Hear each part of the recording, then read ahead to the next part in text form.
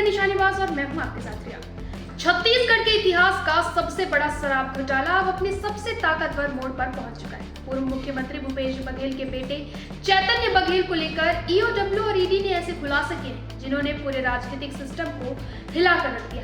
3800 पन्नों की पूरक चार्जशीट, 200 से 250 करोड़ रुपए की कथित वसूली, 2500 करोड़ की अवैध कमाई और एक ऐसा सिंडिकेट जो सत्ता, अफसरशाही और कारोबारियों की मिलीभगत से चलता रहा। देखिए इस पर एक रिपोर्ट। छत्तीसगढ़ का शराब घोटाला सिर्फ एक आर्थिक अपराध नहीं बल्कि सत्ता के संरक्षण में खड़ा किया गया एक संगठित आपराधिक नेटवर्क था।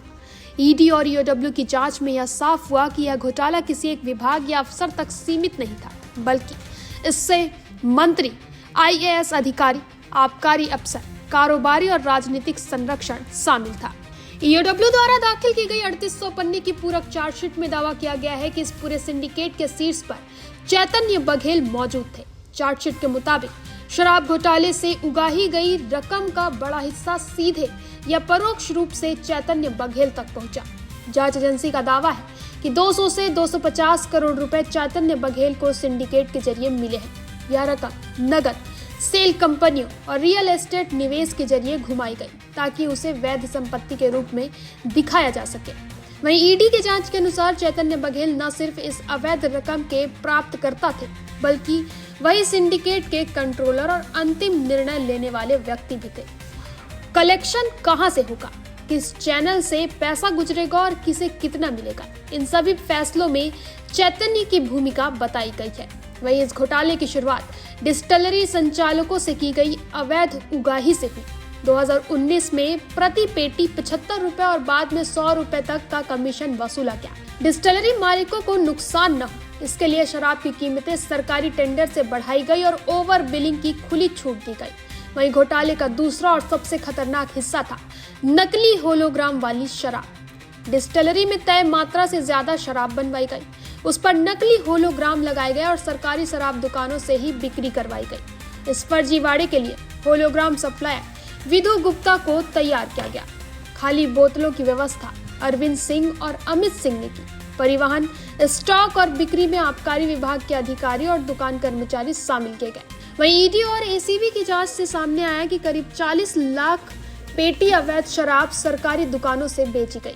शुरुआत में प्रति पेटी कीमत 2880 रुपए रखी गई, बाद में इसे 3840 रुपए तक बढ़ा दिया गया। यह पूरा खेल राज्य के 15 जिलों में फैलाया गया। शराब की बिक्री का कोई सरकारी रिकॉर्ड नहीं रखा गया ताकि टैक्स और ड्यूटी से बचा जा सके। ईडी के मुताबिक इस पूरे घोटाले से करीब 2500 करोड़ रुपए की अवैध कमाई हुई, जिससे राज्य सरकार के खजाने को भारी नुकसान हुआ।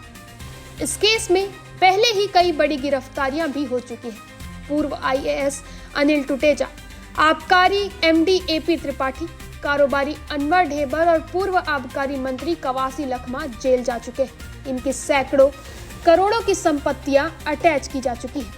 हाल ही में सौम्या चौरसिया और निरंजन दास की गिरफ्तारी ने इस केस को और मजबूत कर दिया। ईडी का मानना है कि ये दोनों सिंडिकेट के प्रशासनिक और ऑपरेशनल हिस्से को संभाल रहे थे। ईडी ने चैतन्य बघेल की 61.20 करोड़ रुपए की संपत्तियों को पीएमएलए के तहत कुर्क किया है। इनमें real estate project Vitthal green प्रमुख है, जिसे अवैध शराब घोटाले की रकम से विकसित किया गया। ईडी का आरोप है कि चैतन्य बघेल ने अपनी फर्म एमएस बघेल डेवलपर्स के जरिए इस काले धन को वैध दिखाने की कोशिश की। इसी आधार पर उन्हें 18 जुलाई 2025 को गिरफ्तार किया गया और वे फिलहाल न्यायिक हिरासत में। जांच एजेंसियों का दावा है कि यह केस अभी खत्म नहीं हुआ है। चार्जशीट के बाद आने वाले दिनों में और बड़े नामों पर शिकंजा कस सकता है।